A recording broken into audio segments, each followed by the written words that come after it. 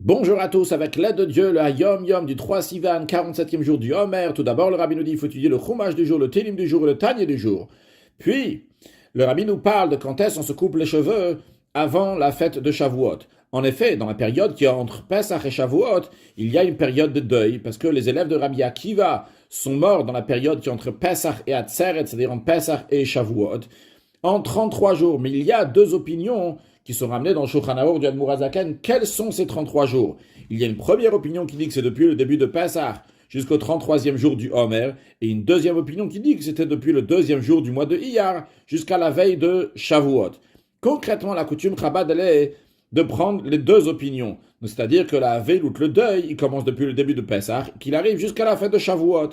Mais même d'après la deuxième opinion, que l'épidémie des élèves de Rabbi Akiva continue jusqu'à la veille de Shavuot, l'Admor HaZaken dit qu'il y en a qui ont la coutume de se couper les cheveux et de se marier dans les 3 jours qui sont avant Shavuot. Et justement, dans la Hayom Yom ici, il nous dit que le Rabbi Rachab, donc c'est le Rabbi précédent qui parle, mon père, donc le Rabbi Rachab, n'était pas satisfait lorsqu'on se coupait les cheveux pendant les 3 jours qui précèdent Shavuot, avant la veille de la fête, mais la coutume, elle est de se couper les cheveux uniquement la veille de Shavuot et non pas dans les 3 jours qui précèdent.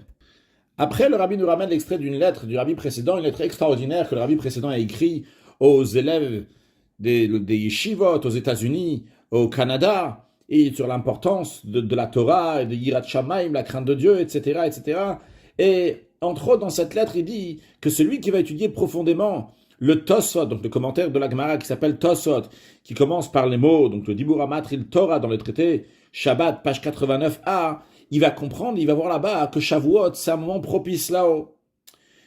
En ce jour, Hachem, il bouleverse l'accusateur du peuple juif, comme il le fait lorsqu'on sonne le shofar, le jour de Rosh Hashanah, ou bien comme Hachem bouleverse le Satan le jour de Kippour. En effet, là-bas, dans le Tosfot, il ramène tout d'abord la Gemara qui dit que lorsque Moshe Rabbeinu est descendu de chez Hachem, le Satan est venu, il a dit, Maître du monde, où est-ce qu'elle se trouve la Torah? Autrement, la Torah elle était donnée aux êtres humains, elle n'est plus dans le ciel, le Satan se demande où est-ce qu'elle est. Alors le Tosfot il demande, il dit quoi? Mais est-ce que le Satan ne savait pas où est-ce qu'elle était la Torah? Il n'était pas au courant qu'il y a eu le don de la Torah? Et le Tosfot répond, il dit, basé sur un verset, le Fan Avialer Dever, qui dit que Dieu, il a bouleversé l'ange de la mort au moment du don de la Torah, pour pas qu'il va dire, ah, mais comment tu peux donner la Torah au peuple juif? Le peuple juif vont fauter dans 40 jours et tu leur donnes la Torah, ils vont faire la faute du veau d'or dans 40 jours. Et quand on dit le Satan, il a été bouleversé, le Malach Hamavet, l'ange de la mort, c'est comme le Satan, les deux, c'est exactement la même chose.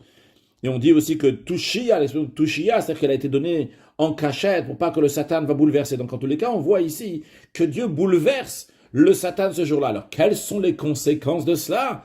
Dans le Hayom Yom de demain, celui du 4 Sivan. Mashiach now, un excellent Yom.